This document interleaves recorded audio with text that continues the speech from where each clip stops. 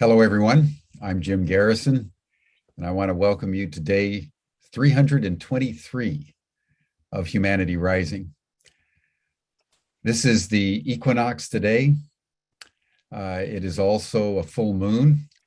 In fact, the Chinese people and peoples around Asia have a festival of the moon on this day and over the previous couple of days.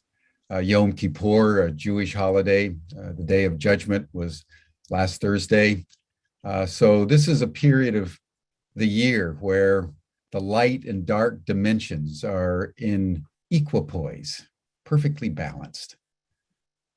And people celebrate the festival of harvest and the coming of the winter. So welcome to this day. Over the last 11 days since 9/11, which was the 20th anniversary of the bombing of the World Trade Centers and the Pentagon, till yesterday, which is the International Day of Peace, Humanity Rising partnered with We the World and the Sign Network and scores and scores of other organizations from all over the world. The 11 Days of Global Unity has been going on since 2004 as a bridge between the savagery of humans with one another to the International Peace Day of the United Nations, which celebrates a vision that has motivated humanity from the very beginning around world peace. One thing I want everyone to know is that at 5 o'clock p.m. this afternoon, Pacific time, 8 p.m. Eastern Standard Time, we're having a 11 days after party. It's only going to last for about an hour, but Rick Olfick will be playing the piano, and you'll remember the two gentlemen that closed us out yesterday with extraordinary music. They're going to be appearing, and other musicians, and it'll just be a time for people to just to hang out together in celebration of a partnership that reverberated around the world to hundreds and thousands and even millions of people during these 11 days. So I just want to express our deep appreciation for the partnership and consecration of the poignancy of this moment of equipoise between the light and dark dimensions on the occasion of a full moon. In that spirit, let's just pause as we always do, center ourselves in our bodies, close our eyes, and attune ourselves with our heart. Listen to your heartbeat in a spirit of gratitude and deep thanksgiving that you're alive. We're all alive at this most extraordinary moment in the human journey.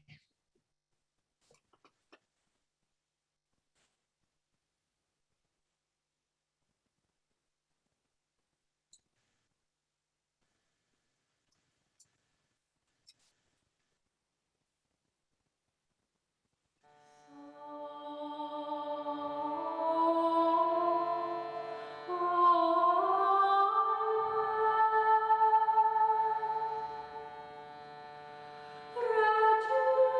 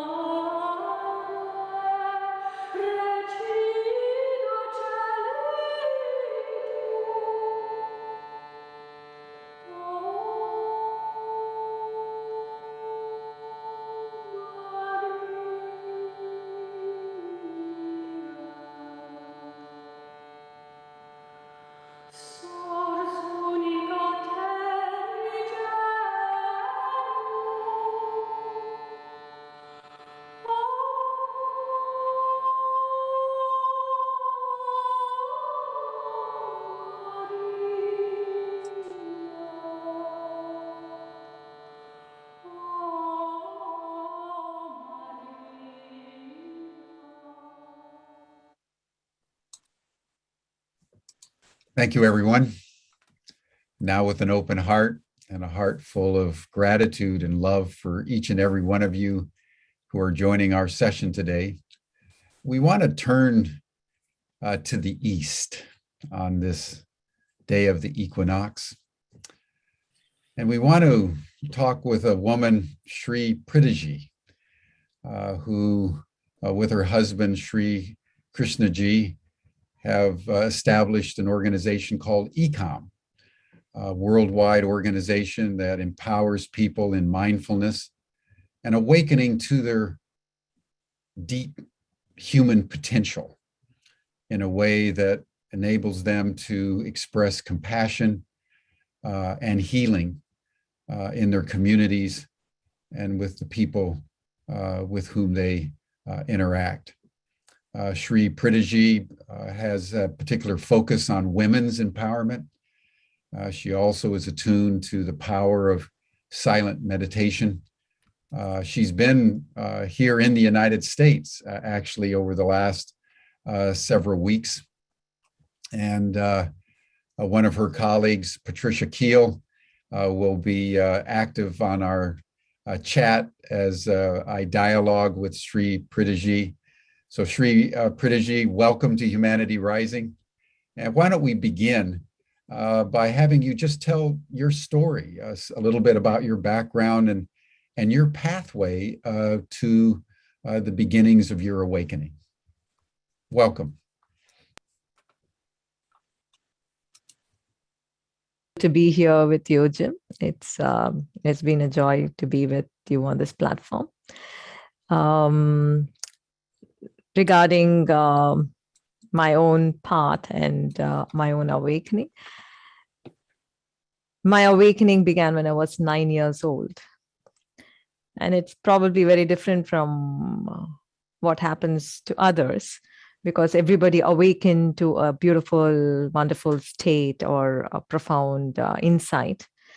But my realization when I was 9 years old was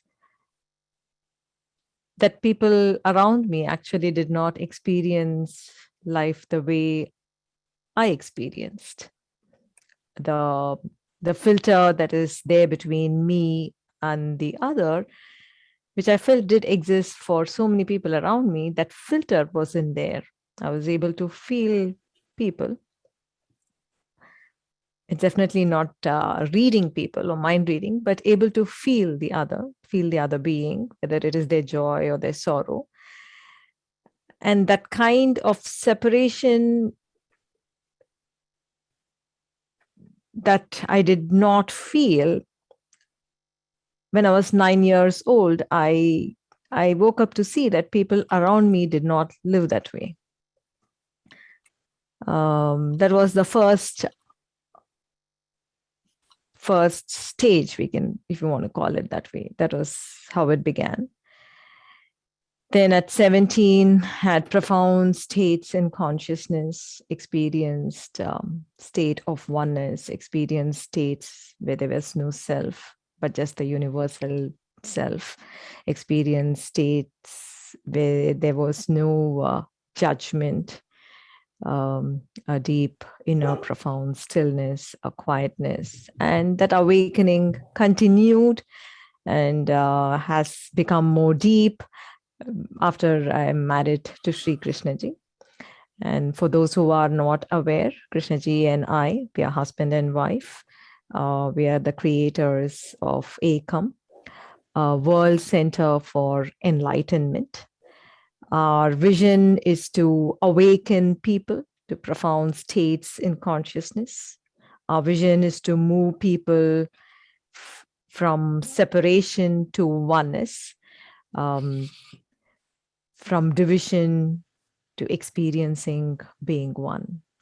And we are a second generation doing this work. We have Sri Krishnaji's parents who began this work 35 years ago.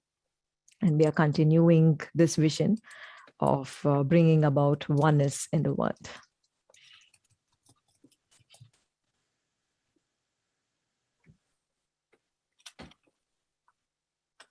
Jim, I can't hear you. Jim, you're muted. Thank you, Preethaji. You know, as you had your awakening experiences as a young girl, could you just describe a little bit more detail about what that was like? You've mentioned that there was a feeling of oneness, but was there a particular occasion or a particular texture? Was it through a dream? Was it through a particular kind of experience? Were you walking along a lake? Tell us a little bit more detail. Those. It was in one of the meditations, Jim. So I have been practicing meditations. It's a part of a culture in the family. And it has been in one of those meditations that this profound experience. It is a state where you do not experience a separation from anything else around you. A state of no individual self, but a state where all that exists is there. But it began there, I can say. But it led to various other profound states coming and going, where there have been states when total absence of that inner chaos and judgment, where one experiences total inner quiet and stillness. There have been states of the heightened senses, where you begin to see colors very differently, colors of flowers or colors, even that any color that you see, the color is very different. Because it is the state in those experiences, we're free of the clutter of the mind, free of the past coloring the present. I'm being totally present to the situation.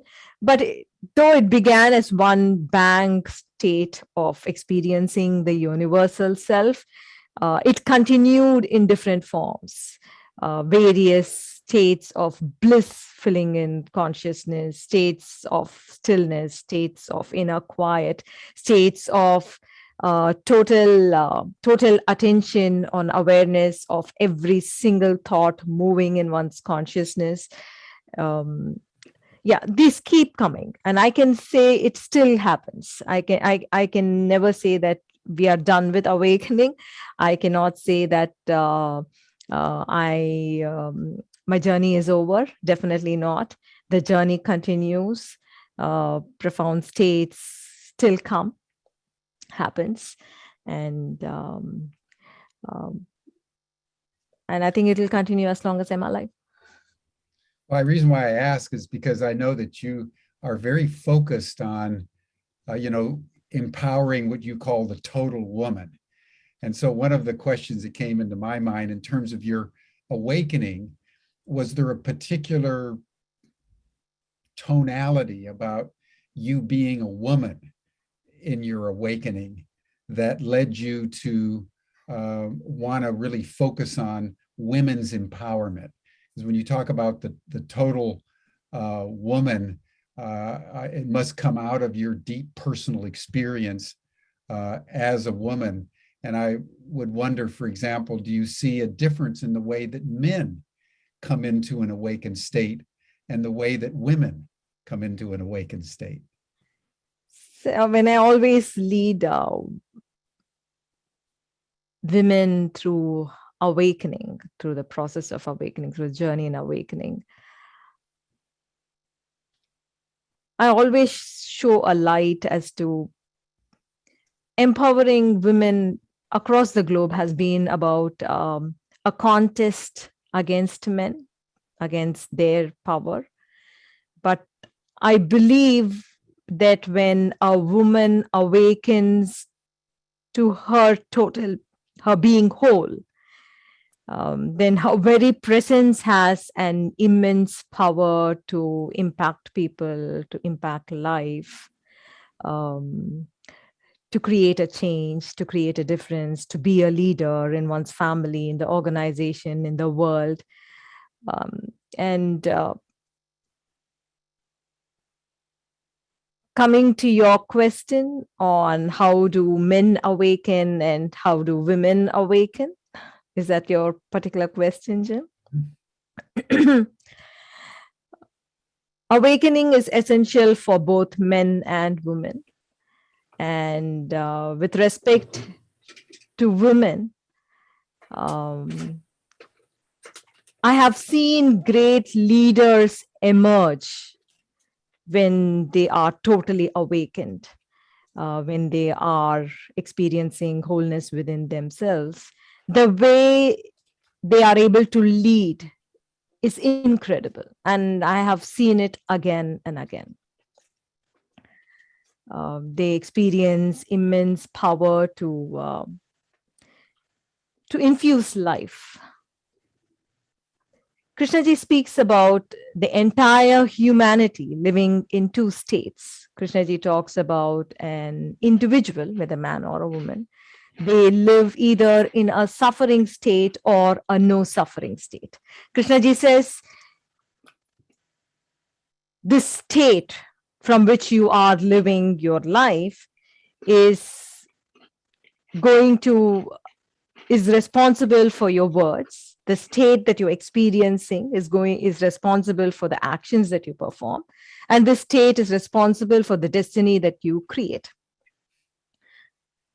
The entire humanity is living at one point. At this point in time, I am either living in a suffering state or I am living in a no suffering state. And when I use the word suffering state is not limited to sorrow alone. We're talking about any disturbing state. We're talking about a state of anger, a state of fear, a state of hurt, a state of disappointment, shame, loneliness, insecurity. Any disturbing state is a suffering state. And while no suffering state on the other side could be beautiful states of joy, calm, love, courage, or it could be states of serenity, stillness, silence, or it could be the enlightened states of being one with the whole or being the other.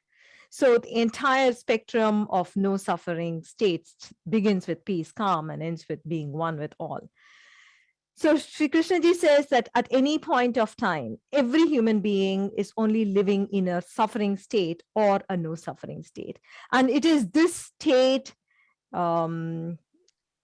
we can say that is responsible for the destiny each and every destiny each creates for themselves and also for their loved ones. When a woman is in a suffering state, we can think of 4 dimensions of a woman. So actually there are archetypes in Hinduism. There are 4 archetypes of women goddess. And they are Shakti, Amba, Parvati, and Kali. So there are 4 archetypes of women. And these 4 archetypes, when a woman is in a suffering state, Shakti represents the power to bring about change. Shakti represents the power to infuse life, to inspire people. Shakti represents that power. But when a woman is in a suffering state, this power can get distorted.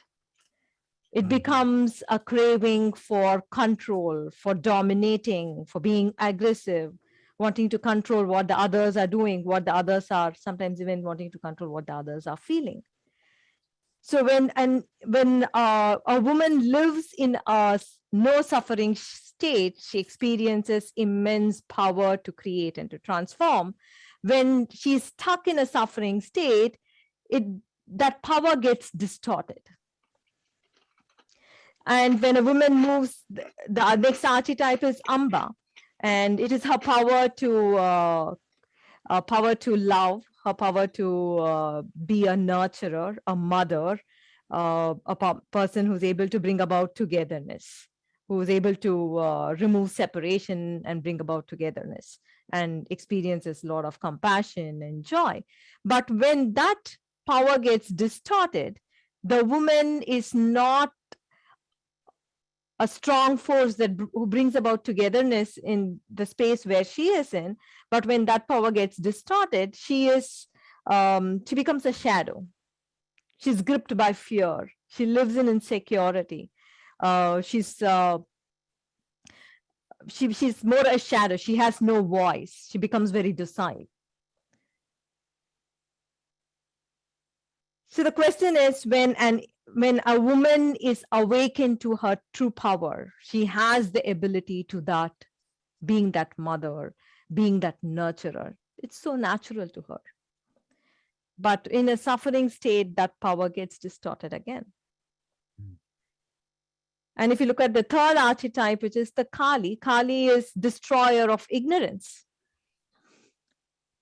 is able to throw light. When she's in no suffering state, she is a light to her family, she is a light to her organization, her community. She's intuitive. That is her power. She's able to sense trends that come along, and she's able to respond to life and be present to life. But when in a suffering state, that archetype gets distorted. That power in a woman gets distorted. She becomes self-destructive. She is in the space of self-hate and self-destruction. She brings about destruction in her family. She gets into wrong relationships.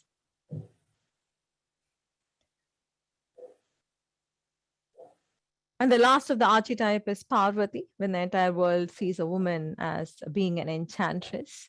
Of course, she has the ability to attract, to bring, to nurture romantic relationships. She has in a beautiful state where there is no suffering, she's able to bring about thrill in life, whatever age she is. There is a grace that flows from her. But in a suffering state, this power gets distorted. She loses her power, where she becomes obsessed about her body. She becomes a maneuverer. She wants all the attention. So that is why when a woman is awakened, the power that she can generate, the impact that she can create, the person that she can be, the individual that she can be in terms of creating a difference, nurturing people around her, bringing life to everything around her, is incredible. And it comes because she, as an individual, is whole. She is complete. She is whole. And she's able to easily connect with people around her and transform people's lives. You know, it's so interesting that you mention these four archetypes, Preethaji, because, you know, there's a number of spiritual teachers out there that say that given climate change, given the fact that we are now moving into what the Secretary General calls Code Red for humanity, we're now in a period of escalating turbulence, in the face of which our governments are quite simply no longer able to ensure stability, that we are in a time of Kali.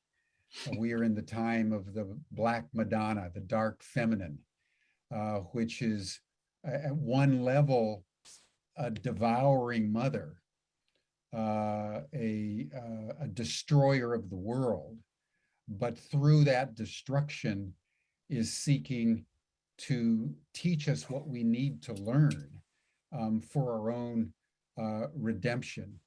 So as you look at the current world situation, would you agree that we are in a time of Kali? Do you believe that we are in a time of the Black Madonna? What feminine attributes would you turn to or point to for us as we come to terms with the fact that human civilization as we know it is on the brink of self-destruction? And if you look at the last report of the Intergovernmental Panel on Climate Change, the IPCC, which came out in August, it says that humanity is quite literally in what they call unprecedented territory. And so nothing less than a complete transformation of the human psyche, the human heart and soul will suffice to deliver us. Within that context, where do you see the feminine presence? How would you describe the power of the feminine in a time of code red? Definitely, the world is going through. I don't want to use the word, but people, I always hear that it is gone beyond repair. We are in a stage of, the world is in a stage where probably if we don't correct right now, there is no need of a correction later, because we would have destroyed ourselves fully. But I'm so glad that you asked this particular question, Jim, because throughout the world, throughout every part of the world, what we have seen is people have been focused on trying to bring about a change in one particular aspect or the other. Throughout history, it has been happening.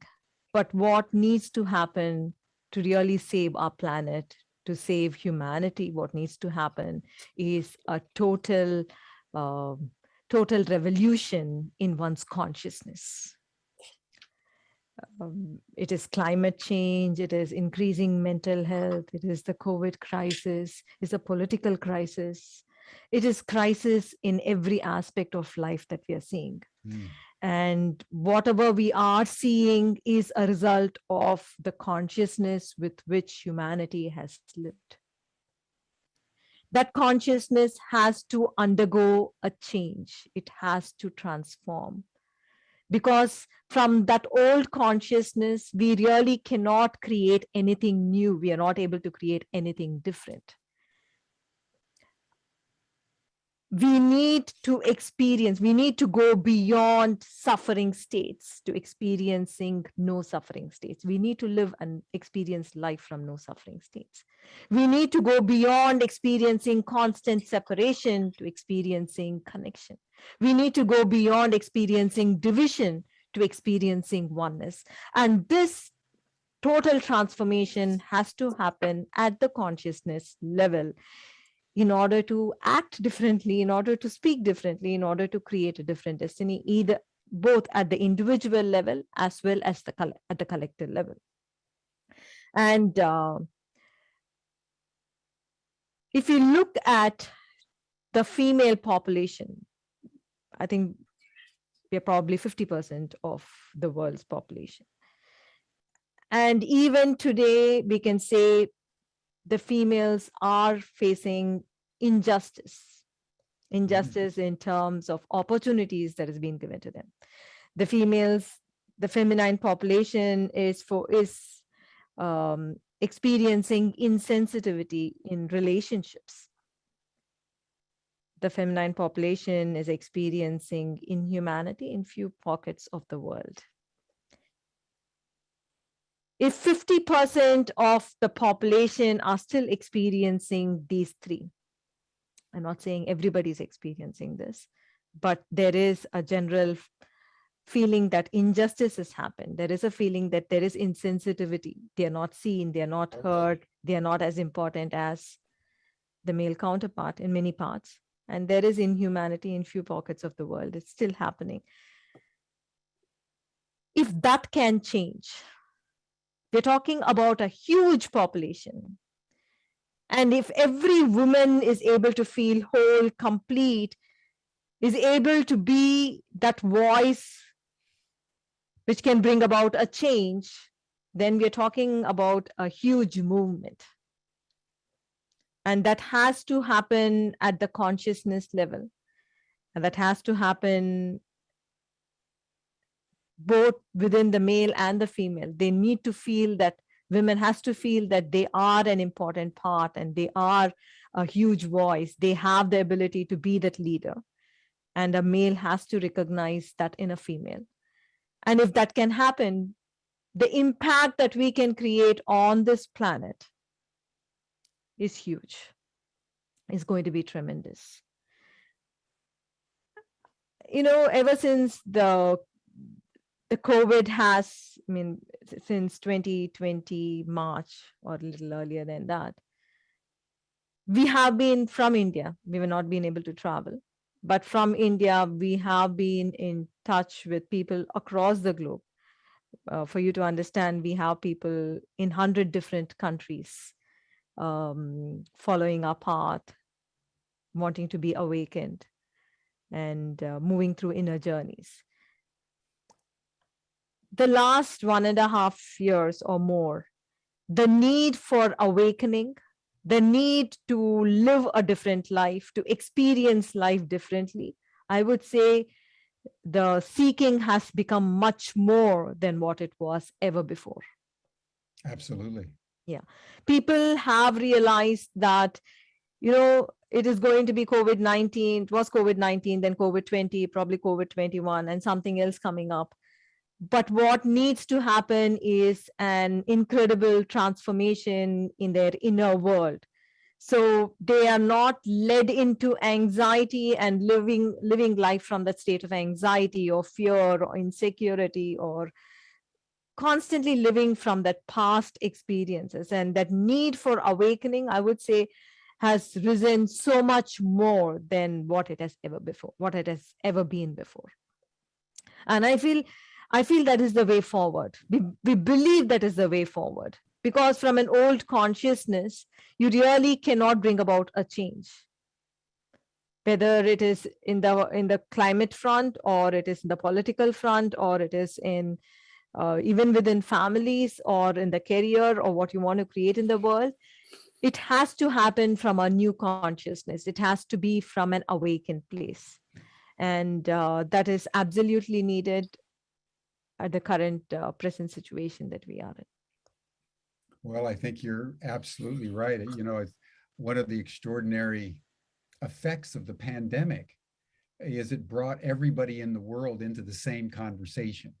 Absolutely. At a moment when everybody was experiencing essentially the same kind of duress, the same kind of suffering, because the pandemic spread to all of our countries, whether it was India, the United States, Rwanda, China, Russia, Brazil. All of us were being challenged in ways that we have never really been challenged before.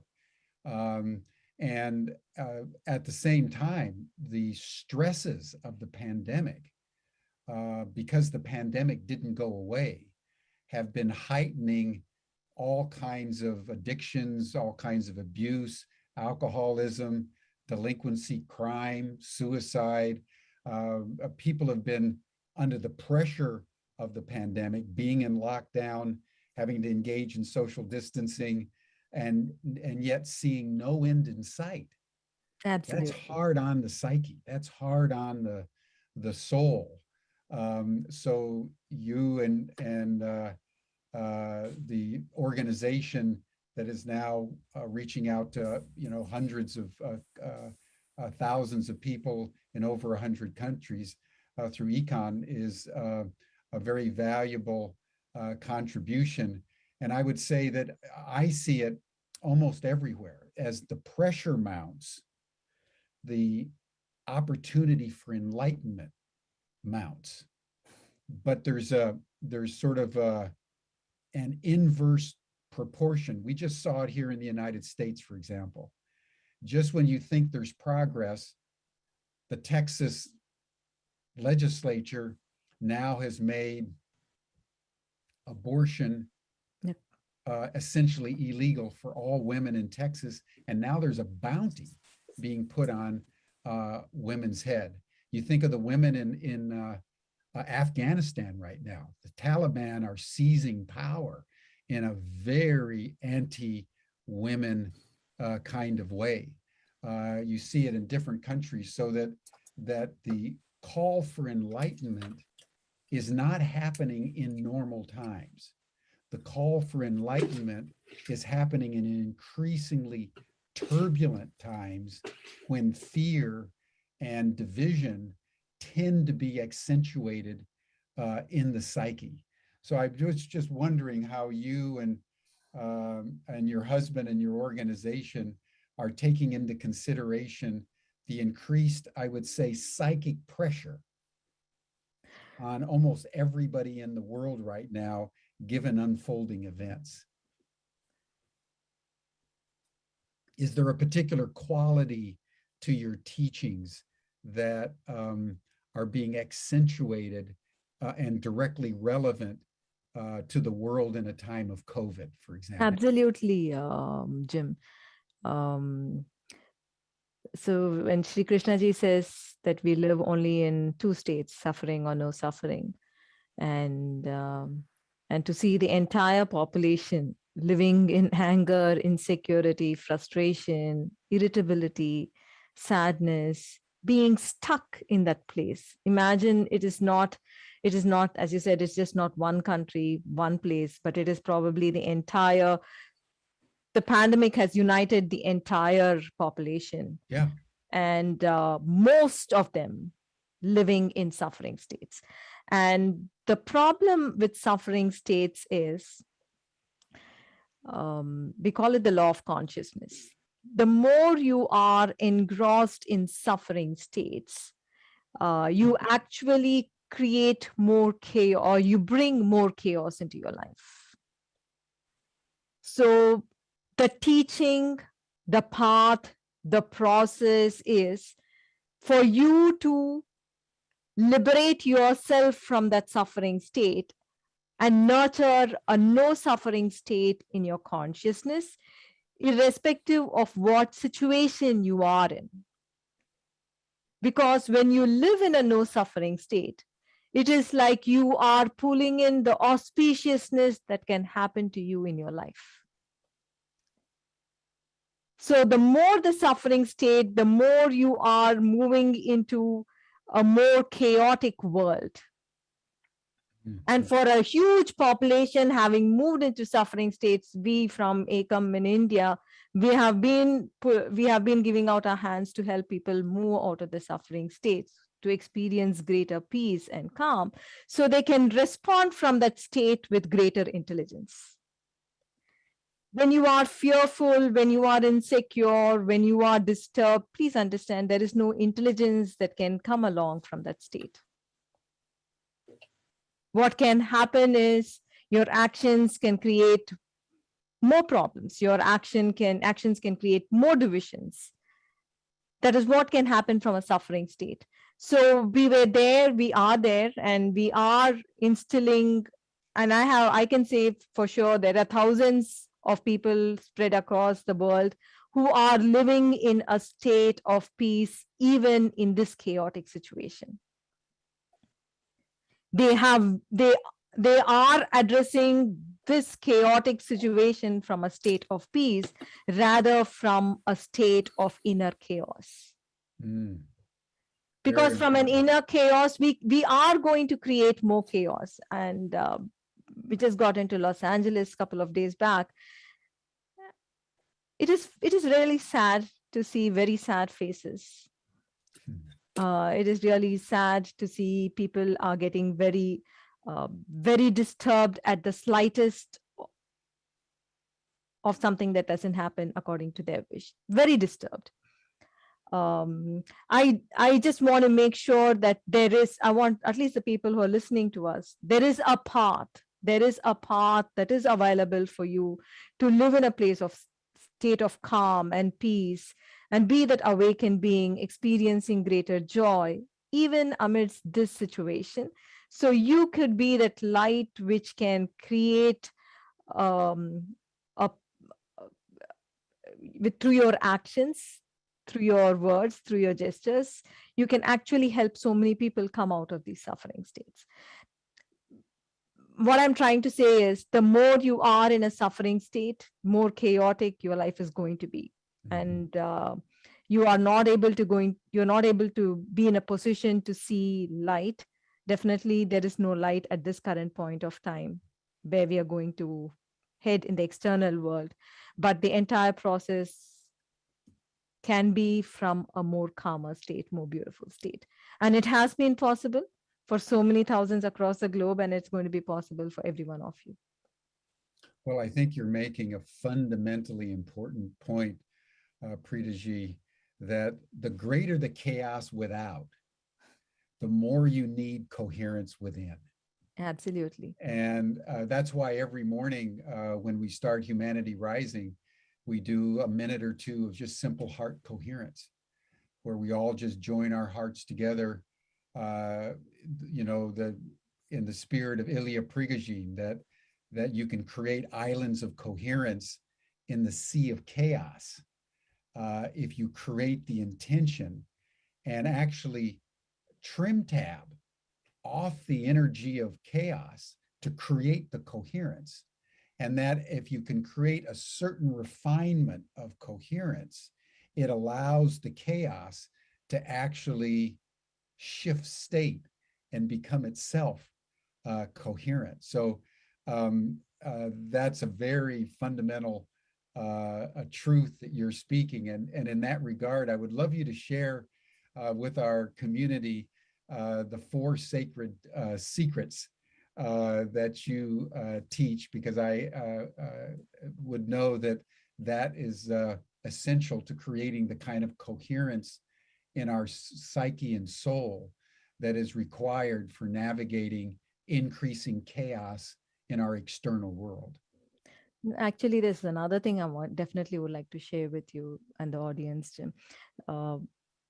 Every year, in the month of August and September, Sri Krishnaji and I lead the Ekam World Peace Festival, where millions across the globe come together and they meditate for peace in the world. Mm. And last year, we had over 10 million people join this sacred cause. And this peace festival it's not like angry rebellions going out on the road for a peace march. This is individuals wanting to contribute towards world peace, gathering together online right now, gathering together and meditating for peace of the world and the humanity. So this peace festival is, I don't know if you'll have this interview out before that, but this peace festival is on the 17th, 18th, and the 19th of September. And we'll promote it between now and then. Yeah, and each of these days, 17th is for bringing about peace, peace for economic injustice. 18th is for peace, for bringing about peace so that there can be no division in the world. And the third one is peace for healing the planet. So we have this 3-day peace festival, sorry, 3-day peace festival happening, and it is over 20 million people coming together, meditating for peace, for bringing about peace for the world and humanity. Beautiful. And with regarding to the 4 sacred secrets, I would say that is a book everybody who wants to begin to bring about a transformation in their life, that they need to pick it up. In this book, we share simple parts. We leave you with a reflection.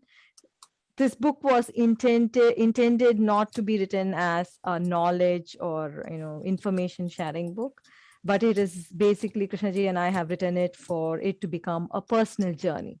It is You take the book, you hold on to it, you read it slowly, you reflect on it, you internalize it, and there is a journey of awakening that can happen with the book for you. And that, I would say, would be the starting point of anybody's journey. Sorry. And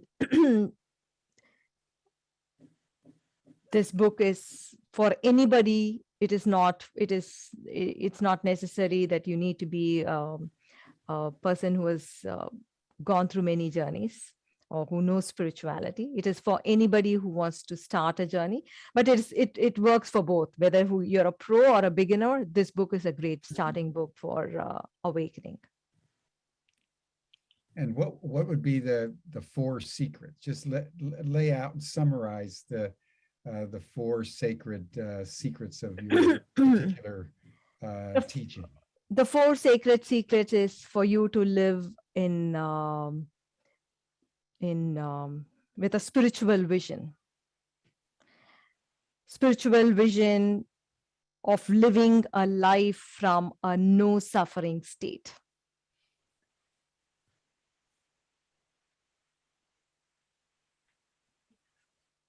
The second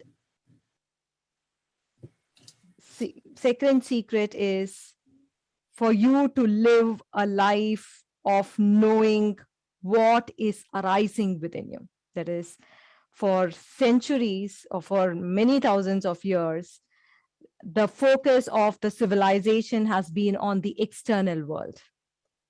It has not been on one's inner state. So this is about ability to know what is arising within you. The third secret is where you access the intelligence that is prevalent in this universe. As mystics, we see life as not independent existence, but it is more a fabric, and there is an intelligence prevailing in this entire fabric of life, and there is a way of accessing this intelligence. The third secret is about accessing the intelligence, and the fourth secret is about right action. If you look at life itself, you're constantly faced with the dilemma of what should I do, or how should I act? Should I choose this or choose that? Or should I be with this person or should I not be with this person? Should I be aggressive or should I be submissive? So you're constantly faced with the dilemma of how to act in life. So the fourth sacred secret is about what exactly would be a right action, an action that is free of inner chaos, an action that emerges from a space of inner calm and inner peace. That would be right action. So this would be a step-by-step journey for one's inner world, where you create a vision for your inner state, because the entire world is focusing on not many people, but most of them, even if you talk about a vision, they talk about a vision for their health, vision for the relationship, vision for what you want to achieve, vision for how much you want to earn. But over here, we're talking about a spiritual vision where it is a vision for your inner state. From what state do you want to live and experience life? People are continuing to live and experience life from a state of insecurity or anxiety. Probably that started off when probably you were left in school without your mom and your dad for the first time. And you continue to revisit that state, strengthen that state, make that your state, make that your way of living.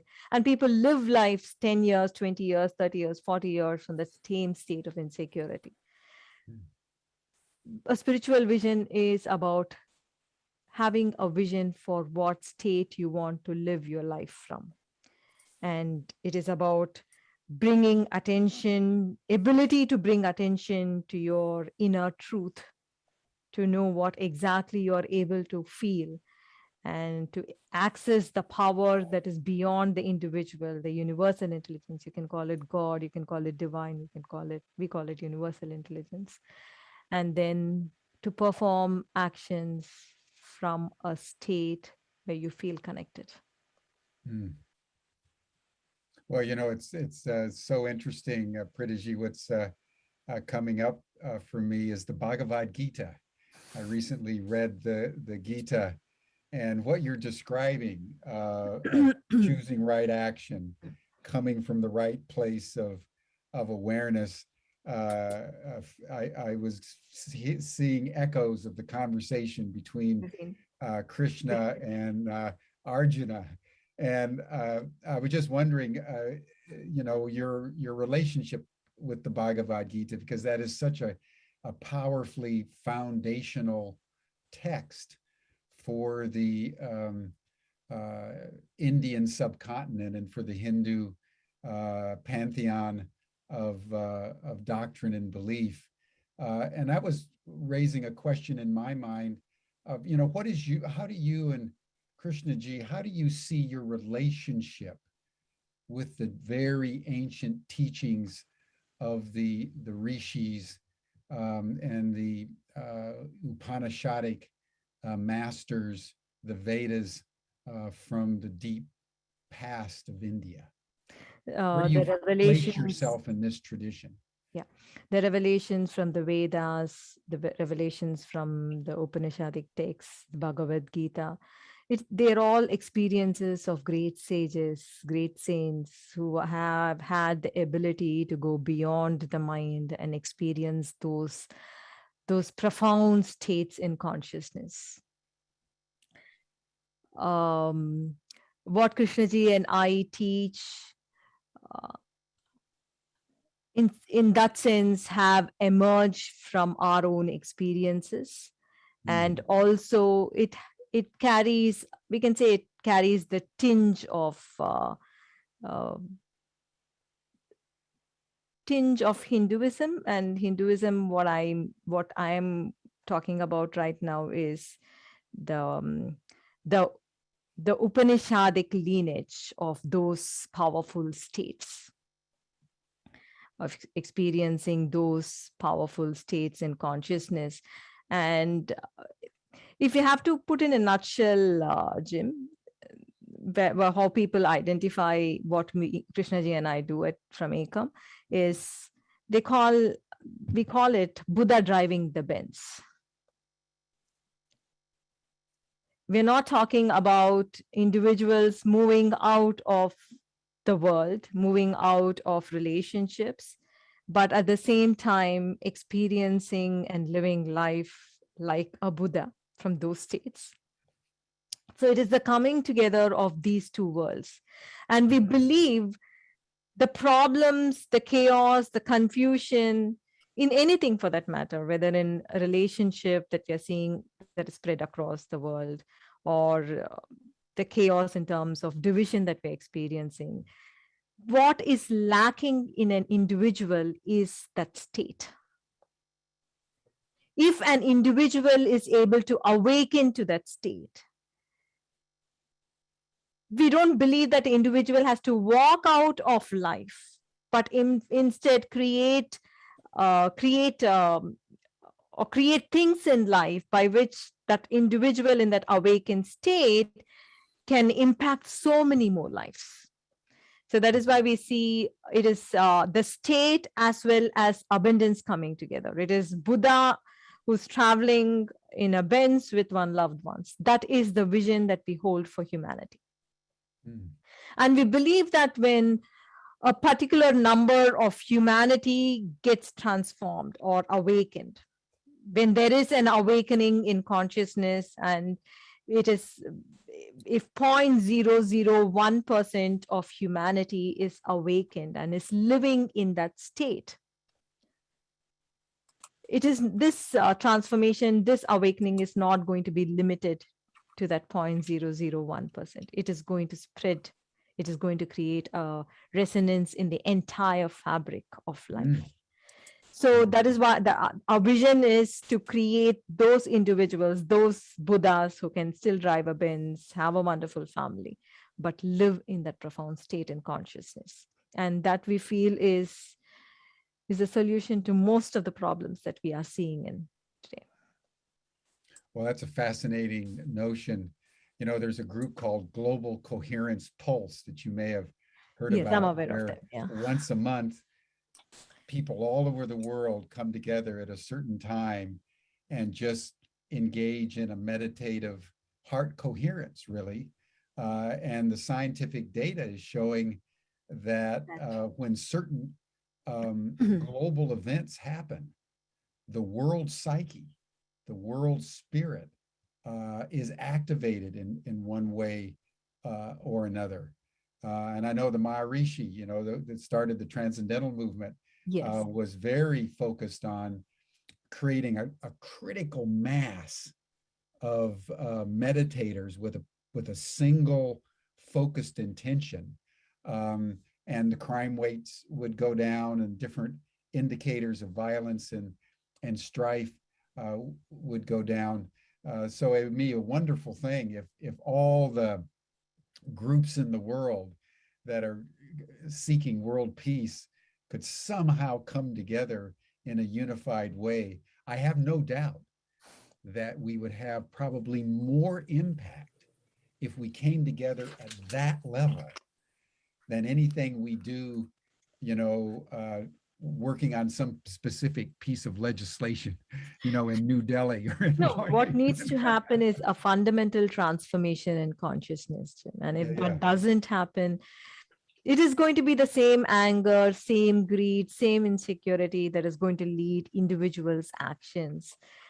And it will be the same crisis, probably in different forms. I would say 2 years back when I was here, we haven't been traveling, right? Because we are stuck in individual homes and countries wherever we are.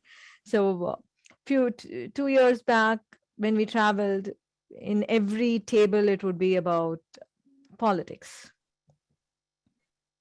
Individuals were obsessed about this or that. And today, after 2 years, we're traveling again. And when we sit on tables, it is again the same two things, vaccination or no vaccination, mask or no mask. The mind itself is the same. Yep.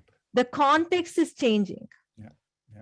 But the mind is the same. It is same obsessive mind that is constantly dividing and taking stance, feeling one is right, the other is wrong. Unless until there is a transformation at the fundamental level, the context will keep changing. The quality of life is going to be the same. Yeah. Well, that leads to a question, Preethaji, about, do you have a particular technique that you teach? Thinking, for example, of Maharishi again. He introduced transcendental meditation, and it was about just breathing and following your mantra. Even if you're from the West and you don't even understand what the mantra means, it was simply the act. And for him, it was 20 minutes. If you do it 20 minutes a day over 6 weeks, he would say, in a disciplined way, your life is going to change. And he had a real impact. One thinks of Bhagwan and his dynamic meditation. One thinks of the different schools and gurus that are out there. All have a certain technique for accessing the awareness that you so skillfully describe. In your own teachings, do you teach a particular technique? When Sri Krishnaji had an awakening, when Sri Krishnaji was 11 years old, Sri Krishnaji was able to transfer grace by connecting in his own heart. He was able to transfer grace to the other person, which is the Diksha phenomenon. That is what we call. And every person who has this awakening actually has the ability to transfer that grace to another person. The person connects to the universal intelligence, or the Antaryaman, the indweller in their heart. And from that space, transfer grace to the other person's heart. And Diksha is a phenomenon that happens worldwide, that is happening, continuing to happen worldwide, where people are able to transfer grace. This is one of the central, if you want to call it a technique, this central process that happens at Ekam. And then we have the teachings, we have the right wisdom. We lead people through meditations, we lead people through deep processes. We help individuals to let go of their samskaras, that is the past that is flowing in their life, either the past from their own childhood or past from the previous lives. There are processes which remove the destructive tendencies that is lingering in one's consciousness. It is a process of awakening to the higher intelligence, being in connect with the divine, having a personal experience. Again, I wanted to be very clear. It is just not knowledge. It is a journey. It is an experience. It is being in those states and then living life from those states. If you have to talk about one central phenomenon, I would talk about the Diksha phenomenon that is happening where each individual who's awakened is able to transfer grace. That's fascinating. That Krishnaji is a transmuter of grace. Yes, that's his particular charism. Mother Teresa was that way. She just had that capacity to transfer love and grace into the little children there in Calcutta and wherever she was in the world, and built an entire organization worldwide, really, yes, around embodying graceful compassion among those suffering the most acutely. And it's an interesting phenomenon that you're able to pass on the transmission. That as people become awakened in your community, they then can awaken others in a series of concentric circles going out. I'd love to hear more about how you understand what grace is. How would you distinguish grace from love, for example? What's that particular quality of grace that is transmitted? Does it have the effect, for example, to heal? Yes, it has the ability to heal bodies. It has the ability to heal hearts. It has the ability to also transfer a state.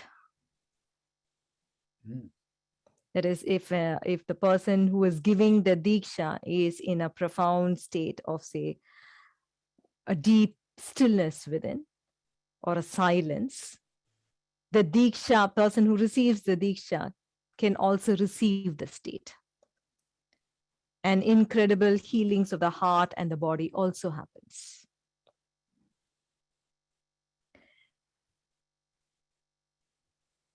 When you're talking about what is the grace, for that question, Jim, the universal intelligence or the divine or God is present everywhere in this universe. And this universal intelligence is an indweller, can also be experienced as an indweller in your heart. The ancients use this Sanskrit word, Hrit Pundarika Kshetra, that is the heart lotus, the dweller in your heart lotus. So the Anahata is your heart chakra. So you have this divinity, this intelligence that is present everywhere, is present in your heart. And in the process of Diksha, what happens is the person who's giving the Diksha connects to the Antaryaman, the indweller in your heart, and then transfers that grace from your Antaryaman to the receiver's heart. And the receiver awakens to their intelligence in their heart.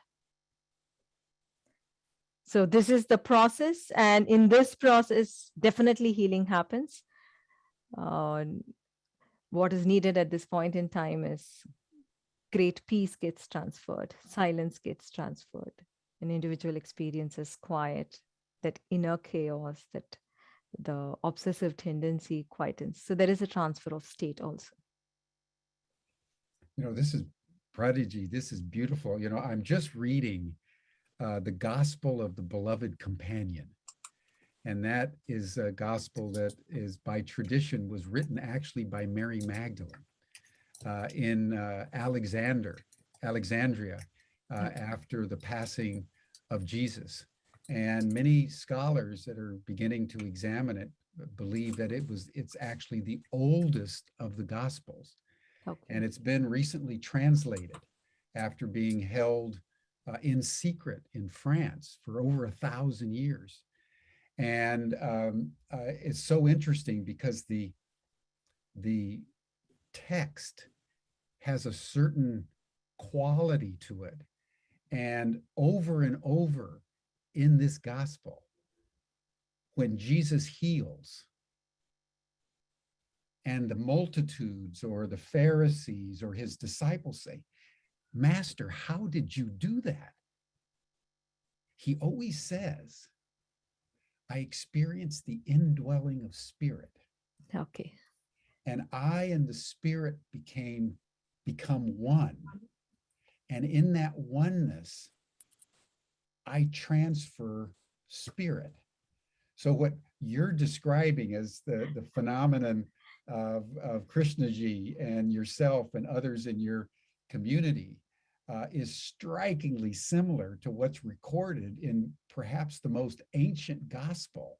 Beautiful. About a man that had this extraordinary capacity to stay in a unified state of consciousness, spirit, of consciousness.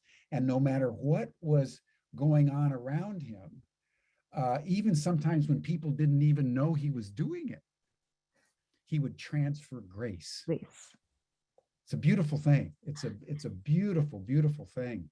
So I'm receiving echoes of deep primordial wisdom in what you're saying here today. And I just want to acknowledge that and thank you for the extraordinary clarity with which you're describing a deeply mysterious phenomenon. Today, there are hundreds of thousands of Diksha givers across the world. That's impressive. To connect to the divinity within their heart and be that vehicle to transfer grace to somebody else. Mm-hmm. So, Preethaji, as we bring this dialogue to a close, and I really thank you for taking the time and for your extraordinary grace and clarity in your remarks today. And I would love to have you give us a closing blessing or meditation.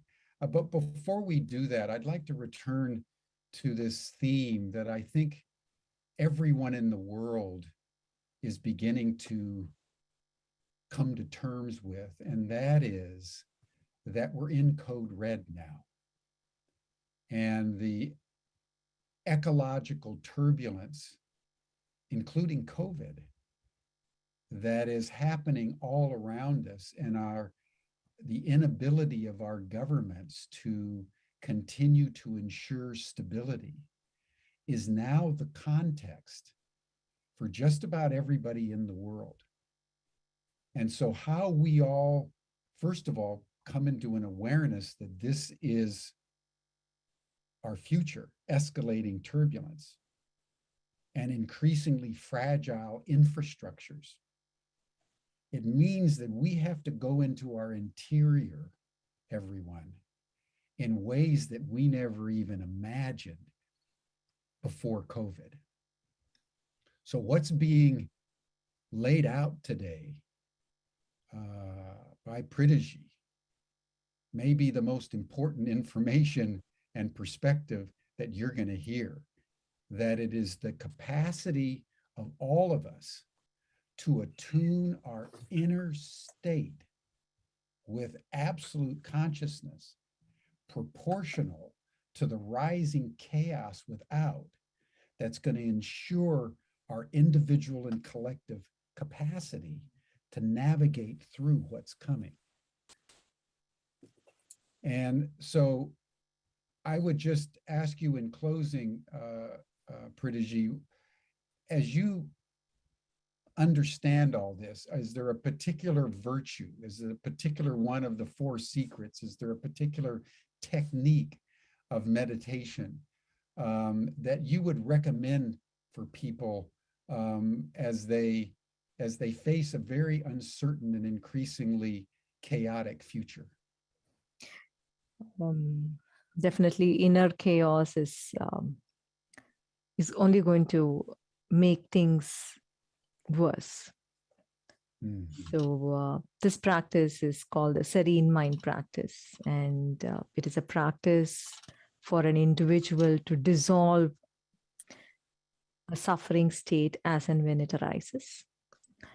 Over a period of time, it changes the way your brain works. It changes your consciousness. So it is a simple 3-minute practice that I want to lead you in.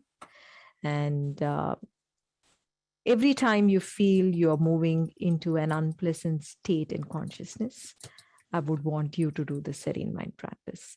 And I can also leave a link of this practice for all those who want to download and continue to do the practice. It's not a long practice. I have seen people use it before going to a board meeting. They don't want to do wrong decisions. I have seen people use this meditation or practice this meditation when they're having an unpleasant conversation with their children. So it helps you, it gives you the space, it changes what you feel, it moves you into a state of calm. And what is needed for this world today is greater peace and greater calm. So let us start there and then move into states of awakening. So please close your eyes.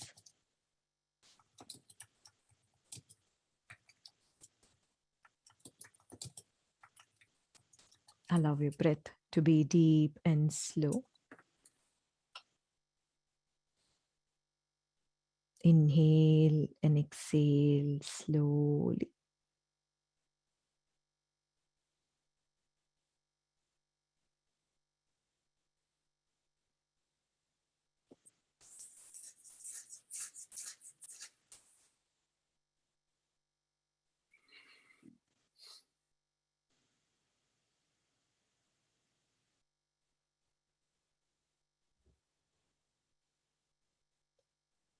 Bring attention to the emotion that is arising within you right now.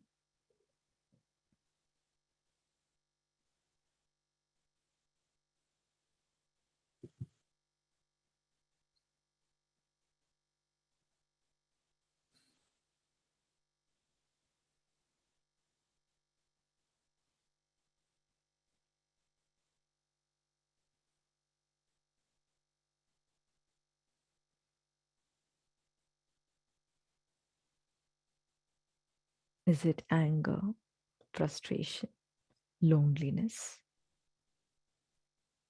Or is it peace, calm, and joy? Or love? Just bring attention to the emotion that is arising within you.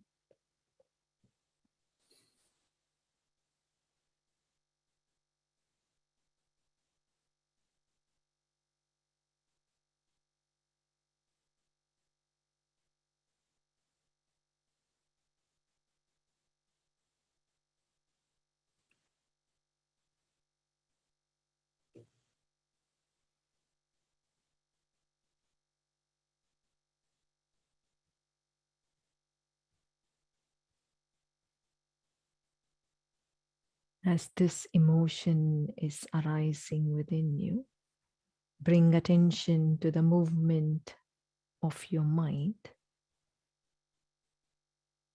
Are you obsessing over a past experience?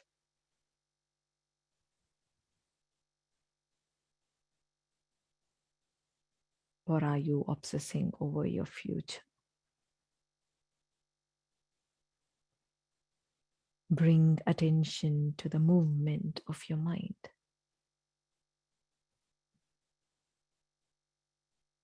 Do not try to change it. Just observe.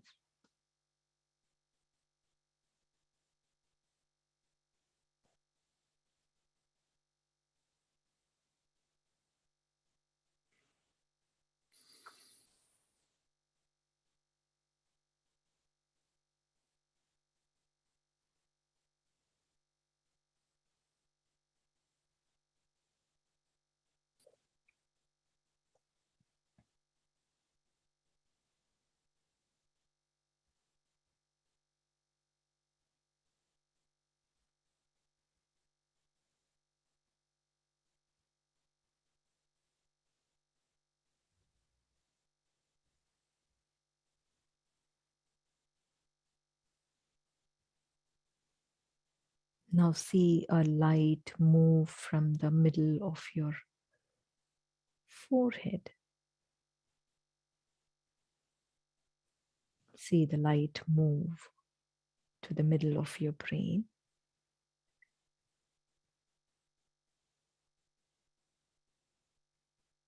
See this flame glow in darkness.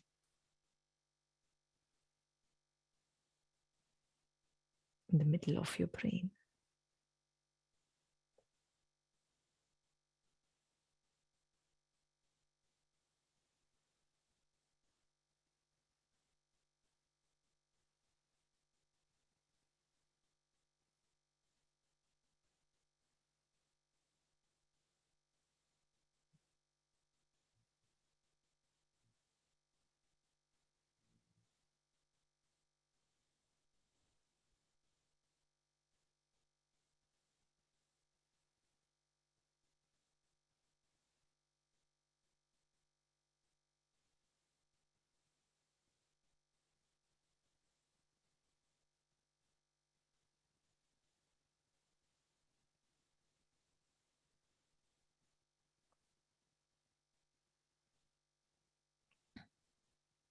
Om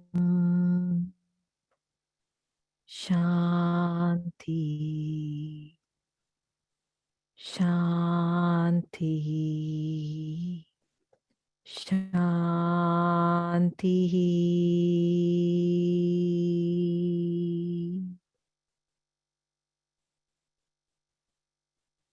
May there be peace in your heart.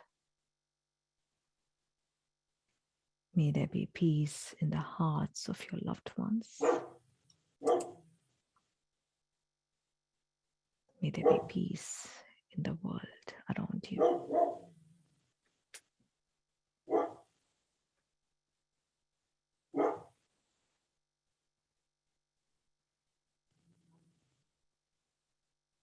You may slowly open your eyes.